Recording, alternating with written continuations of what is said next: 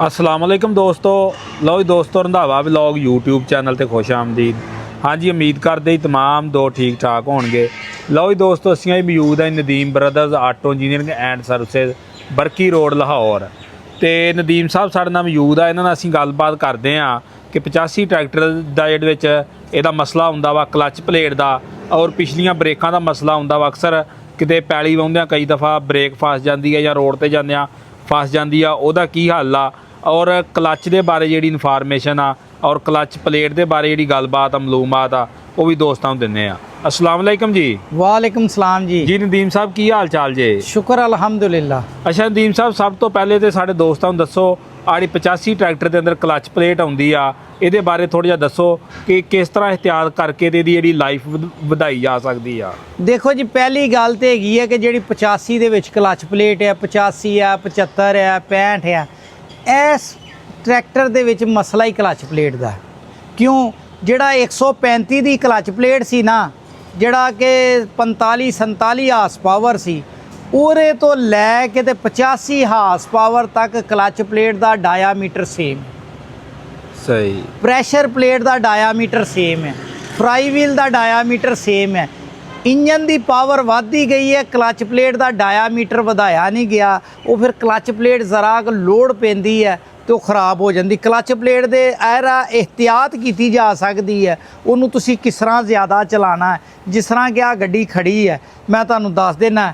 Clutch plate एरी अगर तुसी एक दिन भी बेएहतियाती नाल चला लो ना तो क्लच प्लेट उड़ जाती, बल्कि एक घंटा बेएहतियाती नाल चला लो ना तो क्लच प्लेट उड़ जाती है। आ देखो ना, क्लच पैडल है, क्लच पैडल दे विच एक प्ले हुंदी आ, मैं तुहानूं चेक कराना। आ देखो इधर करीब कैमरा ले आओ।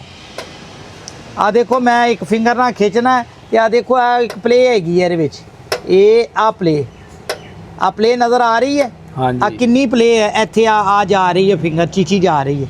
आ जिहड़ी प्ले है ना, आ हर टाइम मौजूद रहनी चाहिए है, चाहे आ अद्धी हो जाए चाहे इन्नी हो जाए। अगर किसी टाइम तुहाडे क्लच च आ प्ले ख़त्म हो जाती है ना तो क्लच प्लेट एक किला भी नहीं वांदी तो क्लच प्लेट उड़ जाती है।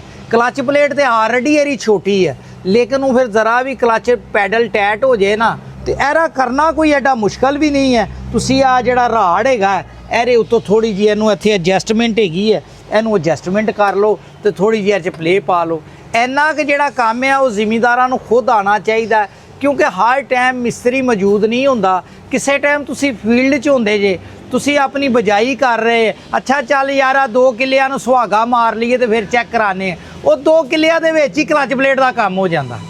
ਤੇ ਇਸ ਕਰਕੇ ਆ ਪੈਡਲ ਦੇ ਵਿੱਚ ਆ ਪਲੇ ਦਾ ਜਿਹੜਾ ਹੋਣਾ ਜ਼ਰੂਰੀ ਹੈ। ਆ ਆਪਰੇਟਰ ਜਿਹੜਾ ਦੇਖ ਕੇ ਤੇ ਬਲਕਿ ਆ ਜਿਹੜੀ ਪਲੇ ਆ ਹਰ ਆਪਰੇਟਰ ਨੂੰ ਮੈਂ ਸਮਝਣਾ ਹੈ ਕਿ ਉਹਨੂੰ ਆਣੀ ਚਾਹੀਦੀ ਹੈ ਪਲੇ ਪਾਣੀ, ਔਰ ਉਹ ਬਜ਼ਾਤੇ ਖੁਦ ਇਹਨੂੰ ਚੈੱਕ ਕਰਨਾ ਆਣਾ ਚਾਹੀਦਾ ਕਿ ਇੰਨੀ ਪਲੇ ਹੈਗੀ। ਅਗਰ ਆ ਪਲੇ ਅੱਧੀ ਹੋ ਗਈ ਤੇ ਮੈਂ ਇਹਨੂੰ ਫਿਰ ਪਲੇ ਪੂਰੀ ਕਰਾਣਾ।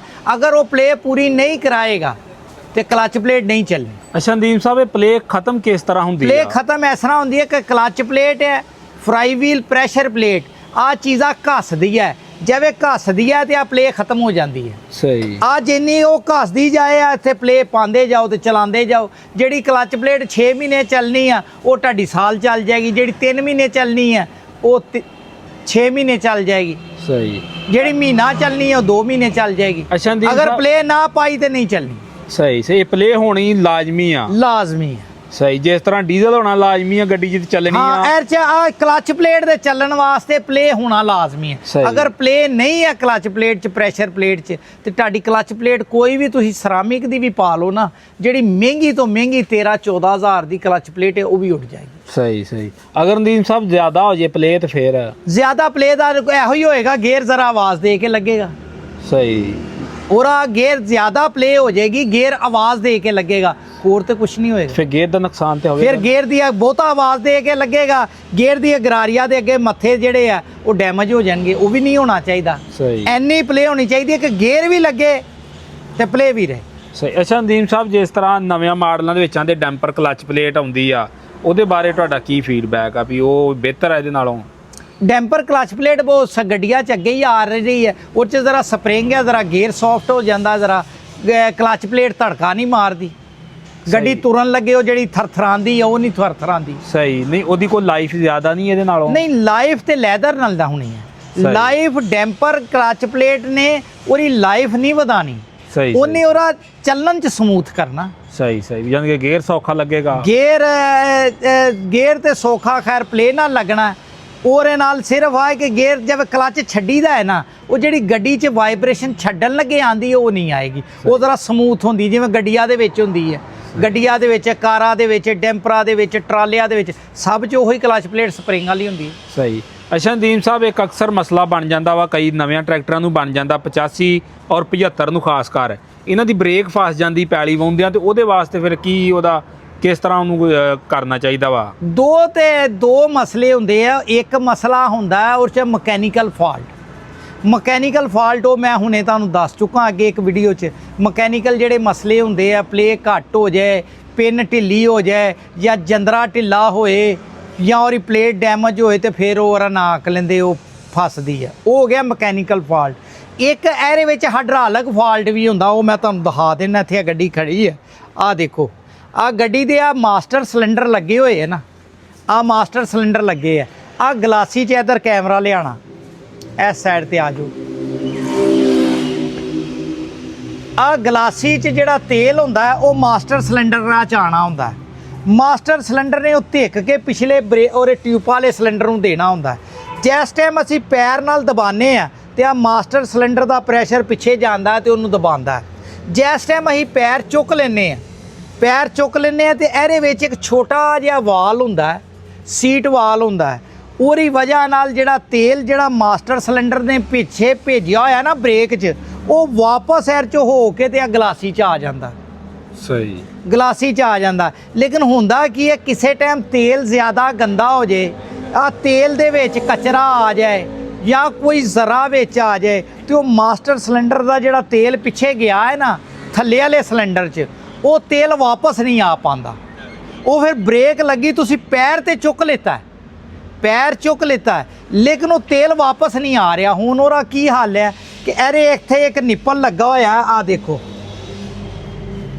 ਆਹ ਇੱਕ ਨਿੱਪਲ ਲੱਗਾ ਹੋਇਆ, ਆਹ ਨਿੱਪਲ ਆ ਜਿੱਥੇ ਮੈਂ ਫਿੰਗਰ ਰੱਖੀ ਹੈ।